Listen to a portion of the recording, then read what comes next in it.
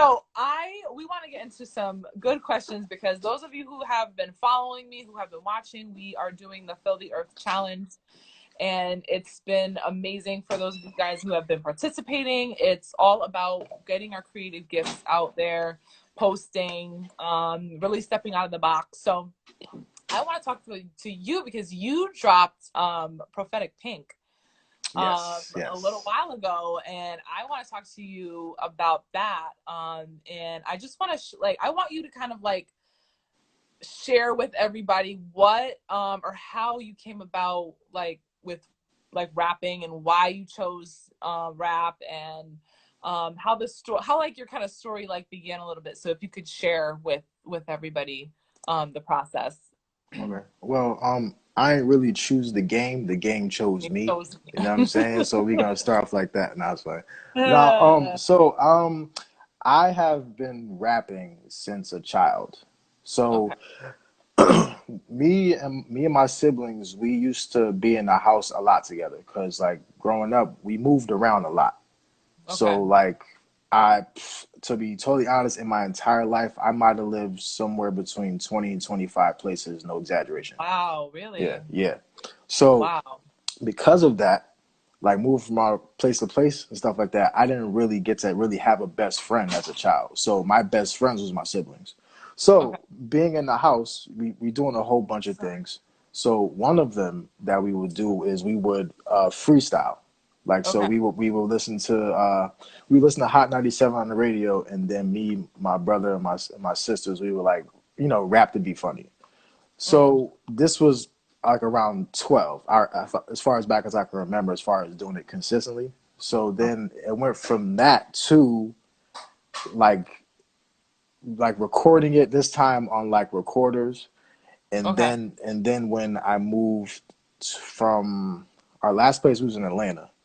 So when we moved from Atlanta back up here to Bridgeport, like a few years later, I moved next door to Rob. And then Rob was doing the same thing. So now it's me, my siblings, and Rob doing it. So now it becomes like this big thing that we all do on the weekends. You know what I'm saying? So it grew from that to then I start going to youth group. And then now, everybody's there. Then I meet Andrew. And Andrew, he has a studio in his house. So now it goes from on the recorder to us doing songs, making songs inside of Andrew's house. So it went from that, and then I just did it for fun. I just did it just cause, you know what I'm saying? And then I would say, so that's 18, right? So that was last year, being in oh my gosh, I forgot it already. Well, not before Elevate. No, before it was called Elevate. Oh, Impact. There you go. Yes. Impact. So this is Impact. This is the Impact season. You know what I'm saying? Dang, man. So good time. yeah. So 18. So when I finally come back to church, I had like a 7-year gap.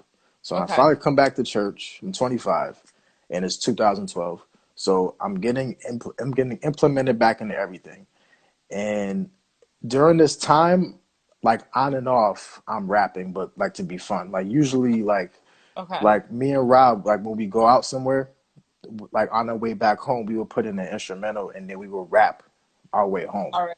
Wow. Yeah, so we would rap our way home, like just being funny. So basically, when like around 2013-ish, that's when I started getting like a push from God to start doing this for real. Now my thing is, everybody and their baby mother be rapping. Like, what is the difference between why am I so special about me? I'm just doing this just cause. Like, I'm not doing this trying to be serious. What makes you different, or what separates you from the rest? Exactly, because I could literally go outside and then the person across the street he's a rapper too, and the person down the street. So I'm like this is I ain't doing this. You know what I'm saying? But basically, I got into talking with Rob, and then a couple other people, and then Ralphie. He was a real help as far as like talking to me, like, yo, like you can. I know you do this for fun, but you can actually do this if you really want to. You know what I'm saying? So it was it was mostly just a battle with me personally because I realized that I'm saying, you know, everybody and everybody raps like, what's so different about me? What's so different about me?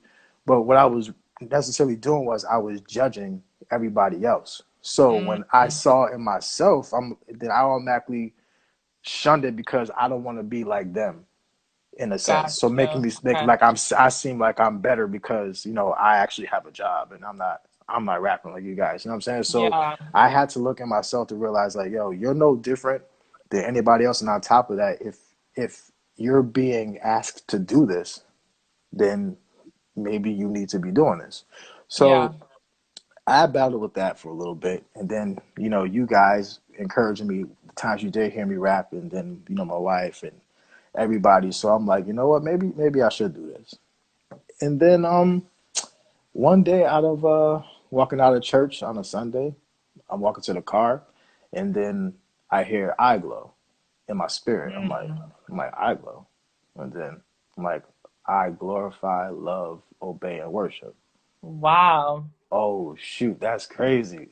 Oh, that's crazy. You know what I'm saying? So Wow. like legit, I'm not even thinking about rapping. I'm just walking to the car and like legit just Yeah. drop studio on my way to the car. So Cool. I kept the name. I kept it, right? Uh-huh. So then just a little backstory about the name, why I spell it how I do. So I got the name. I waited a little bit of time, and then I actually decided, you know what? Let me look up the name so I can register it, so I can, you know, Okay. copyright it. Yeah. I went Yeah. up there, and there's I glow everything. I glow phone. I glow iPhone. Glow in the dark phone cases. I glow glow in the dark spatulas.